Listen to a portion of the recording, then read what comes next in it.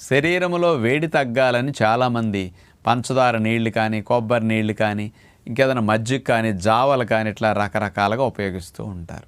అసలు వేడి తగ్గాలి అంటే నీరు త్రాగటం అన్నిటికంటే ఉత్తమమైన పని. శరీరంలో నీరు తగ్గిందని వేడి చేసి హెచ్చరిస్తున్నది. అది ఎలా అంటే రేడియేటర్లో నీళ్లు తగ్గినప్పుడు కారుకి వేడి చేసినట్టు లక్షణాలు తెలుస్తాయి కదా. మన శరీరంలో నీళ్లు తగ్గాయని శరీరం వేడి రూపంలో హెచ్చరిస్తుంది.